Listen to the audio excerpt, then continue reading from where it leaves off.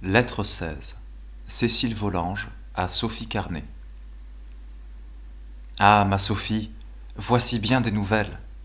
Je ne devrais peut-être pas te les dire, mais il faut bien que j'en parle à quelqu'un. C'est plus fort que moi. Ce chevalier d'Ancenis. Je suis dans un trouble que je ne peux pas écrire. Je ne sais par où commencer. Depuis que je t'avais raconté la jolie soirée que j'avais passée chez maman avec lui et madame de Merteuil, je ne t'en parlais plus. C'est que je ne voulais plus en parler à personne. Mais j'y pensais pourtant toujours. Depuis, il était devenu si triste, mais si triste que ça me faisait de la peine.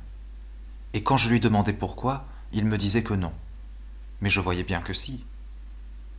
Enfin, hier il était encore plus que de coutume. Ça n'a pas empêché qu'il n'ait eu la complaisance de chanter avec moi comme à l'ordinaire, mais toutes les fois qu'il me regardait, cela me serrait le cœur. Après que nous eûmes fini de chanter, il alla renfermer ma harpe dans son étui, et en m'en rapportant la clé, il me pria d'en jouer encore le soir, aussitôt que je serais seul.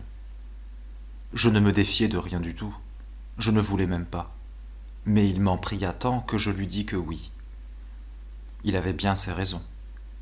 Effectivement, quand je fus retiré chez moi et que ma femme de chambre fut sortie, j'allai pour prendre ma harpe, je trouvai dans les cordes une lettre, pliée seulement, et point cachetée, et qui était de lui. Ah, si tu savais tout ce qu'il me mande. Depuis que j'ai lu sa lettre, j'ai tant de plaisir que je ne peux plus songer à autre chose. Je l'ai lue 4 fois tout de suite, et puis je l'ai serrée dans mon secrétaire. Je la savais par cœur, et quand j'ai été couché, je l'ai tant répétée que je ne songeais pas à dormir. Dès que je fermais les yeux, je le voyais, là, qui me disait lui-même tout ce que je venais de lire. Je ne me suis endormi que bien tard, et aussitôt que je me suis réveillé, il était encore bien de bonne heure, j'ai été reprendre sa lettre pour la relire à mon aise. Je l'ai emportée dans mon lit, et puis je l'ai baisée comme si... C'est peut-être mal fait de baiser une lettre comme ça, mais je n'ai pas pu m'en empêcher. À présent, ma chère amie, si je suis bien aise, je suis aussi bien embarrassé, car sûrement il ne faut pas que je réponde à cette lettre-là.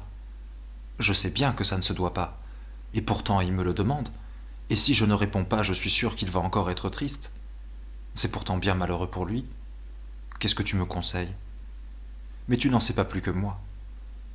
J'ai bien envie d'en parler à madame de Merteuil, qui m'aime bien.